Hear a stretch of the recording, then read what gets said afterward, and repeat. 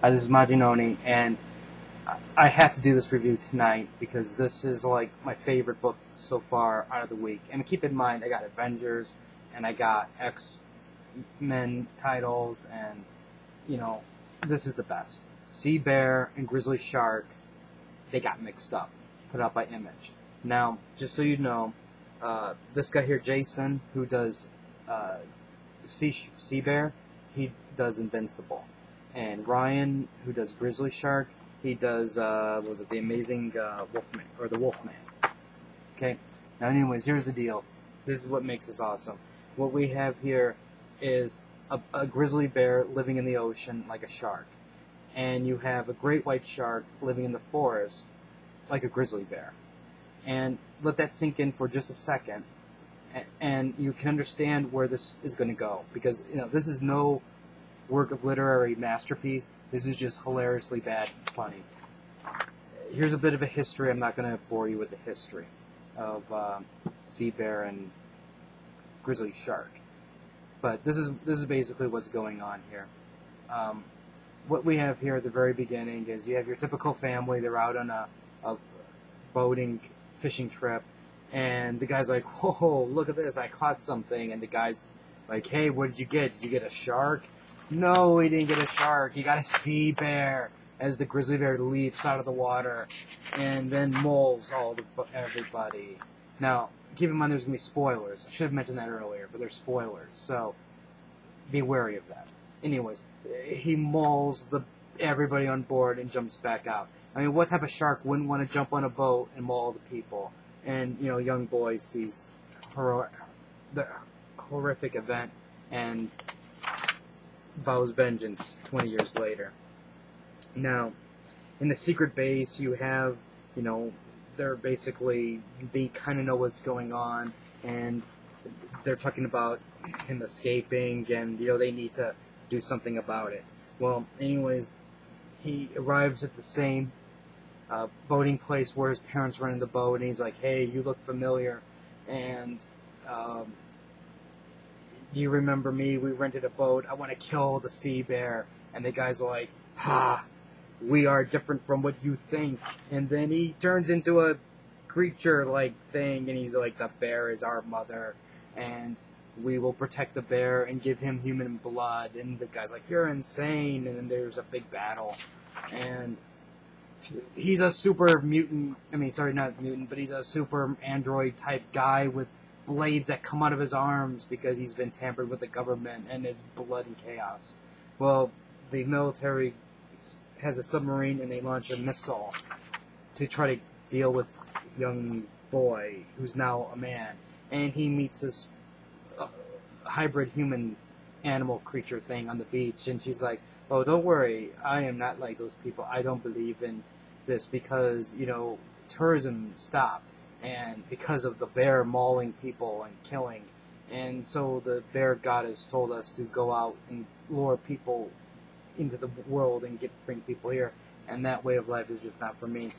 So let me help you on your mad quest." Well, the missile lands, see, and this dude comes out who is basically like his replacement, and they battle on the beach, and she's like, "Oh no!" Well, through this battling, he manages to escape because girl bear human has bazooka and blows him up a little bit. So they go out on a boat, and he's like, "You're gonna I'm here to kill the bear, sea bear." And she's like, "Hey, I know." And he's like, "Well, how are we gonna get to the bear?" And he's like, "Oh, don't worry, the bear will find us because we're on the boat." And sure enough, the bear comes. And, well, that's not the bear. I tricked you there. It's the guy with the android robot thing, and they battle it out. But notice who sees the conflict is the bear, and the bear comes crashing through the boat. Rawr! And massive action ensues. The girl's like, "You ruined my life. I want my life back, bear." And the bear's like, "Rawr!" and cuts her in half with its mighty paws, like, "Rawr, rawr."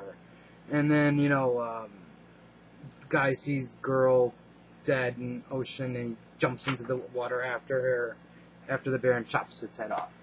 That part was kind of anticlimactic. And then, but baby bear sees, and baby bear's not happy, and then the horror will go full circle. And that's sea bear. Now, grizzly shark. This was like my personal favorite, because what you have here is, guy and his son are out camping, and the guy's like saying, hey, watch out in the woods, there's sharks in the woods, and the guy's like, yeah, right, there's sharks in the woods, don't you mean bears? And as you can see, he gets this gun thrown at him, and his head's bleeding, and he's going out to the woods, and the great white shark comes crashing through the forest and chomps his body in half. He's like, Daddy, help me, help me. Well, the dad shoots the shark, and the shark runs away. And so the dad does any smart parent would do it, and dangles his son over the fire to close the wound, and he gives him some aspirin, but then he's like, hey, son, that's too much aspirin, you're gonna die. And the son's like, oh, don't worry, Dad, my stomach's over there. And then they're laughing. It's like, ha, ha, ha, that's funny. So from there it goes to this part where these, like, redneck dudes, and they go off to this, they're on the trip to the cabins, and he wants this thing called the Cinnamon Bear Jubilee, and apparently it's out of season, but he still manages to get it, and it's like $99 or something like that. But anyways, they keep driving, and a deer runs in front of them, crashes, and they crash, and the Cinnamon Bear Jubilee stuff splashes all over them, and this poor hunter thinks that they're all gore, and they're like, oh, I'm dying, and whatnot, because of the car crash. Anyways, he goes back to Dad and son, and then the kid's like, hey, Dad, you know what, I gotta pee. And then the dad's like, what? How is that possible? And they all laugh. And this is an example of a son and father type here. Well, anyways, the dad trips and hits his chin on a rock, and what happens? Grizzly shark. And then shark comes right crashing through the bushes, and then rawr, and then leaves his son behind. Well, from there,